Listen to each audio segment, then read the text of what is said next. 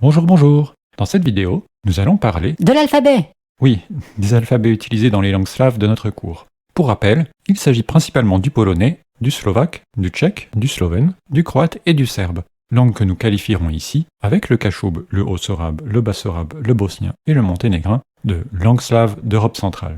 Oui, ok, t'as déjà dit tout ça dans ta première vidéo, tu peux pas passer aux alphabets? Ne t'inquiète pas, ça va venir. Il faut bien rappeler les bases, sinon les gens n'y comprendront rien. Laisse-moi terminer mon introduction, veux-tu? Alors, comme je disais... Non, tais-toi, on parle des alphabets!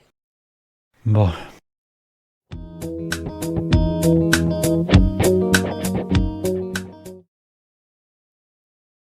En plus de former un ensemble linguistique cohérent, nos langues slaves d'Europe centrale ont un grand avantage pour nous francophones, celui d'utiliser l'alphabet latin, c'est-à-dire l'alphabet qui est également utilisé par le français, bien qu'il y ait bien sûr quelques différences.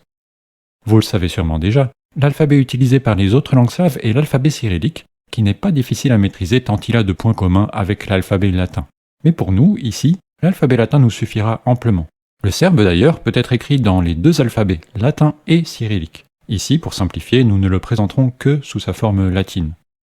Le fait que les langues slaves d'Europe centrale soient écrites dans l'alphabet latin n'a rien d'une évidence. Mais plutôt que de tout expliquer moi-même, voici un petit film pédagogique très bien fait, une image valant parfois mieux que 1000 mots.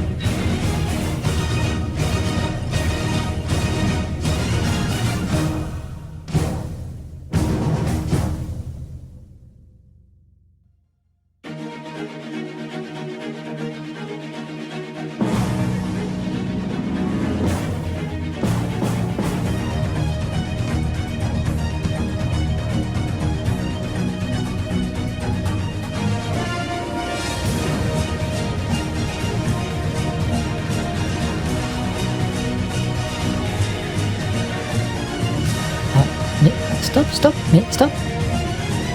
Pourquoi ils disent l'alphabet glagolitique? C'est pas le cyrillique? Comme Cyril? Cyrillique? Non? Le mec qui s'appelle Cyril? Pas glagolique, non? Et non, c'est bien l'alphabet glagolitique dont on parle ici. L'alphabet cyrillique apparaît un peu plus tard dans l'ère géographique bulgare Et ce serait un disciple de Constantin, c'est-à-dire de Cyril, qui s'appelle Clément d'Ochride, qui en serait à l'origine. Alors oui, l'alphabet cyrillique tire bien son nom de Cyril, mais ce n'est pas lui qui l'a mis directement au point. Mais bon, pour mieux vous montrer, Clément d'Ochride... ah, voilà.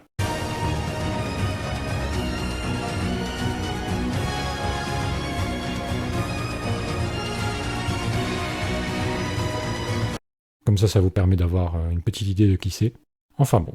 Et donc l'alphabet cyrillique s'inscrit, dans une certaine mesure, dans la continuité de l'alphabet glagolitique, en reprenant le principe, mais en changeant les caractères. Il se répand dans cette ère slave bulgare pour devenir, au fil du temps, l'alphabet utilisé par les peuples slaves orthodoxes. Il est aujourd'hui utilisé pour les langues slaves de l'Est et du Sud-Est, avec, en plus, comme nous l'avons dit, le serbe, qui peut également s'écrire dans l'alphabet latin.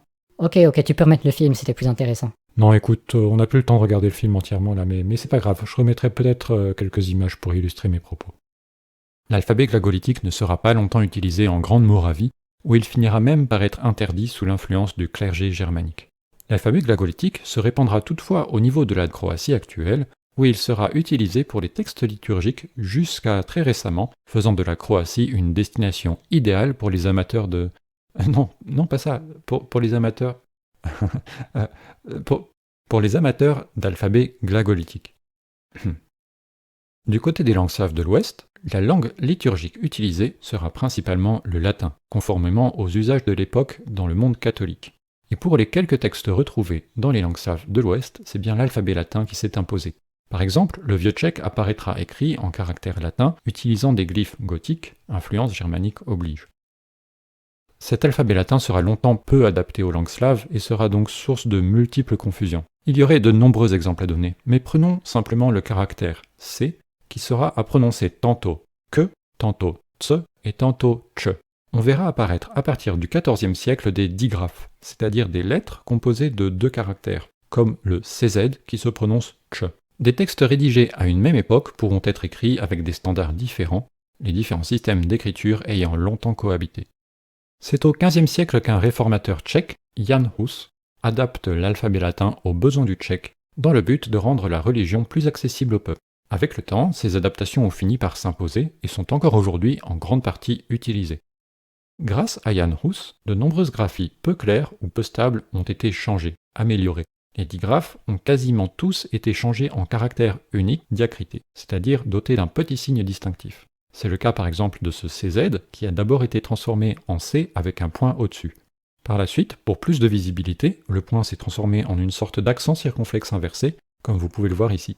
Cependant, cette réforme du système d'écriture ne s'est pas imposée du jour au lendemain, d'autant plus que Jan Hus, comme tout bon réformateur, a été peu apprécié par la papauté et a fini brûlé en hérétique sur le bûcher, à Constance, en 1415.